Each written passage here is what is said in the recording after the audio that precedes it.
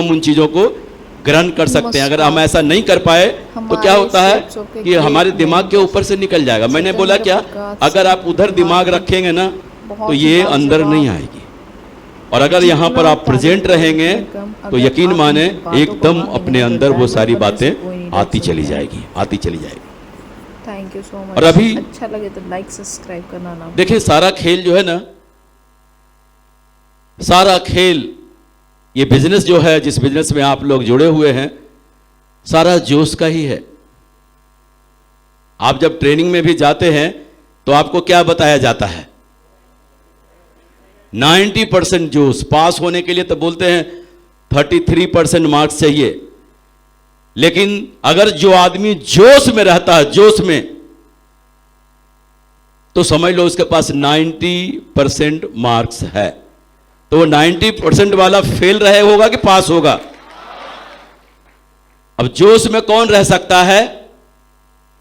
जिसको अपने आप पर भरोसा है। I am a diamond, I am a, जिसको अपने आप पर भरोसा है कि मैं डायमंड हूं, वही जोश में रह सकता है। और ऐसा करते करते वो कब डायमंड बन जाएगा पता नहीं। तो हमारा बिजनेस जोश का ही है एकदम। कहते ना, मरे मरे से बोलने वाले के साथ कोई उठना बैठना बात करना पसंद करता है क्या? मुरझाए लोगों के साथ कोई उठना बैठना बात करना पसंद नहीं करता। अच्छे भले मूड में उसको लगता है कि यहां जाता हूं, जाते ही मेरा भी मूड ऑफ हो जाएगा। संगत का असर पड़ता है कि नहीं पड़ता है? संगत का असर पड़ता है, संगत और माहौल का। समझ रहे हैं ना? किसका? संगत और माहौल का असर पड़ता है। कैसे लोगों के संगति में हैं आप और कैसे माहौल में हैं आप। आप देखें, सोच के देखें जरा सा। सर मुझे हमेशा ये बताते हैं, आप कहीं भी आप देखते हैं जब शमशान घाट में लोग जाते हैं तो गमी में जब जाते हैं बैठे होते हैं तो वहां कैसे विचार आते हैं? कुछ भी नहीं रखा इस दुनिया में, सब इधर ही रह जाते, खाली पीली गई।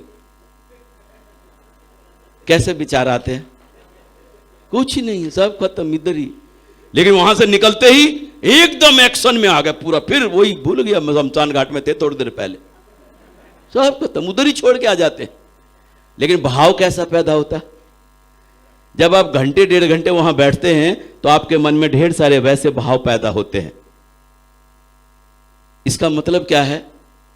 हमें सोच समझ के संगति भी करनी चाहिए। माहौल में, कैसे माहौल में, जहां नेगेटिव बात कर रहा हूं, जहां टेढ़े मेढ़े बात कर रहा हूं, आप वहां पे बैठ के देखो, आपके दिमाग में भी ढेर सारे उसी तरह के विचार उत्पन्न होने लगेंगे। तो हमें ऐसे माहौल में नहीं बैठना है और हमको छांटना है। हमें कैसे लोगों के साथ बैठना उठना है, कैसे लोगों के साथ रहना है। संगत का असर है। कहते हैं ना, बड़े बड़े अगर महात्मा जी के साथ रहने का मौका मिल जाए बाहर की दुनिया में भी, तो एक दिन वो महात्मा जी नहीं तो भगत जी तो बन ही जाएंगे, बन जाएंगे ना। तो जब सारा खेल संगत का है, इसका मतलब है अगर रईसों का साथ मिल गया और अरबपतियों का साथ मिल गया तो करोड़पति बनना भी गारंटेड है। करोड़पति भी बनना गारंटेड है ना। तो ये दिमाग में रखना है, संगत कैसे लोगों का करना है। और इतिहास गवाह है, इतिहास पूर्व में जाकर देखेंगे तो आपको समझ में आएगा। कैकेयी जी का मेलजोल किनसे था? मंथरा से। मंदरस था ना, मंथरा। क्या हुआ? राम को 14 साल का वनवास हुआ और कैकेयी का भी क्या हश्र हुआ और मंथरा का भी क्या हुआ पता है ना? दुर्योधन का संगत किनसे हुआ? मामा शकुनी से। कौरवों का सर्वनाश हुआ, हार हुई। और अर्जुन का संपर्क किनसे रहा? श्री कृष्ण से। महाभारत जीत लिया ना? जीत लिया कि नहीं? और हनुमान का संपर्क श्री राम से। अब आप देखो संगति हम कैसे लोगों कर रहे हैं। आज पूरे हिंदुस्तान में हनुमान का सबसे ज्यादा मंदिर है ना? सबसे ज्यादा मंदिर पूरे हिंदुस्तान में हनुमान का है। और अगर अर्जुन और हनुमान में कंपैरिजन किया जाए तो आप देखो अर्जुन के अपने हिंदुस्तान में कितने मंदिर हैं और हनुमान के अपने हिंदुस्तान में कितने मंदिर हैं। दोनों में भी फर्क किया जाए तो अंतर है कि नहीं? क्यों फर्क अंतर है? कृष्ण जब भी अर्जुन से बोलते थे बाण चलाओ, अर्जुन बोला मैं क्यों चलाऊं पहले बताओ। अब बताओ, पूछ रहा क्यों चलाऊं पहले बताओ। तो वो जमाना तो बड़ा, कृष्ण जी ने बड़ा पैसेंस रखा था। 18 अध्याय कुरुक्षेत्र में ही सुना दिया अर्जुन को। लेकिन मेरे भाई आज के कृष्ण के पास इतना पैसेंस नहीं है कि आपको बैठा के समझा के 18 अध्याय समझाए। इसलिए इशारों इशारों में समझ जाना।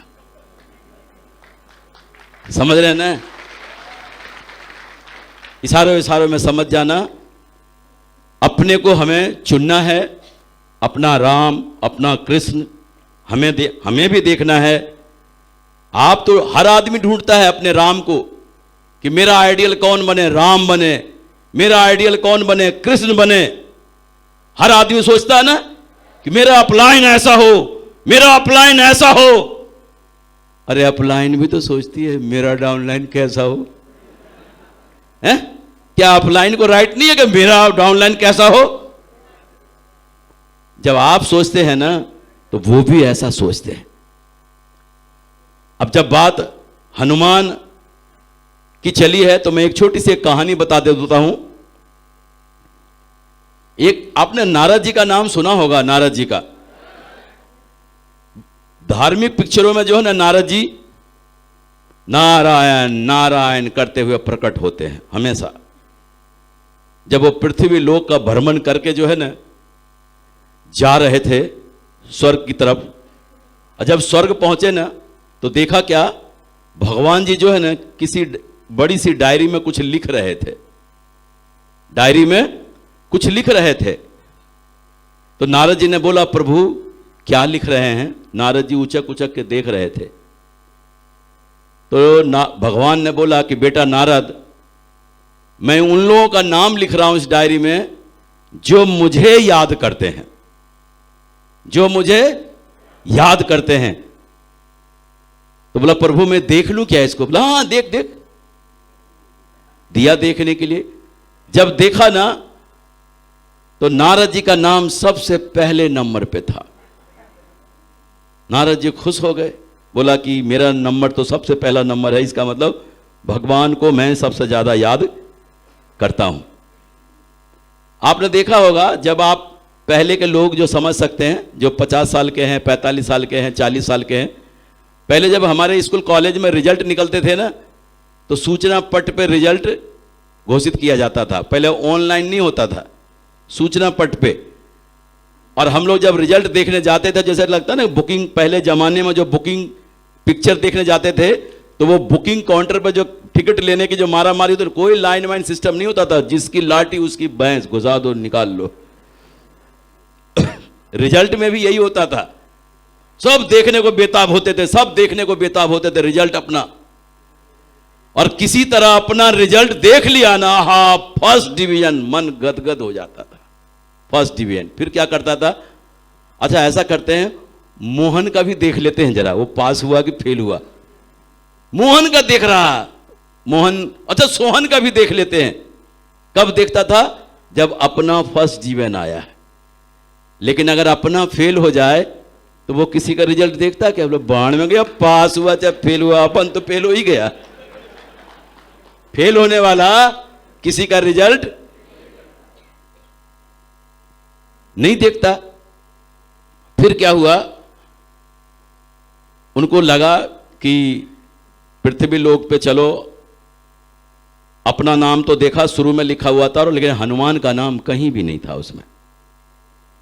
जाके हनुमान जी के पास आए, बोला हनुमान ये खाली पीली में राम राम करता है, मैंने भगवान के डायरी में देख के आया हूं, तेरा नाम कहीं भी नहीं है नीचे से ऊपर तक। तो उन्होंने बोला प्रभु मेरे को नहीं पता मेरा नाम कहां है कहां नहीं, मेरे तो प्रभु श्री राम। तो नारद जी को चिढ़ाने में मजा आता था किसी को, लेकिन हनुमान जी तो चिढ़े ही नहीं। फिर पृथ्वी लोक से घूमता हुआ जब वो वहां पर गए फिर स्वर्गलोक की, तो देखा क्या कि भगवान जो है ना एक छोटी सी डायरी में कुछ लिख रहे थे। नारद जी की जिज्ञासा फिर बढ़ गई, और फिर उचक उचक के देखने लगे उस डायरी में। बोला प्रभु क्या कर रहे हैं? तो भगवान ने बोला बेटा नारद, मैं उस व्यक्ति का नाम लिख रहा हूं जिसको मैं याद करता हूं, जिसको मैं याद करता हूं। तो बोला प्रभु देख लो क्या? बोला हाँ देख देख। और जब देखा ना तो पहला नाम हनुमान का लिखा हुआ था। समझ रहे हैं ना? आपके जो है ना अपलाइन के पास भी एक छोटी सी डायरी है। आपके हर अपलाइन के पास एक छोटी सी डायरी है, और वो अपलाइन किस किस को डायमंड बनाएगा उसमें उसका नाम लिखा हुआ है।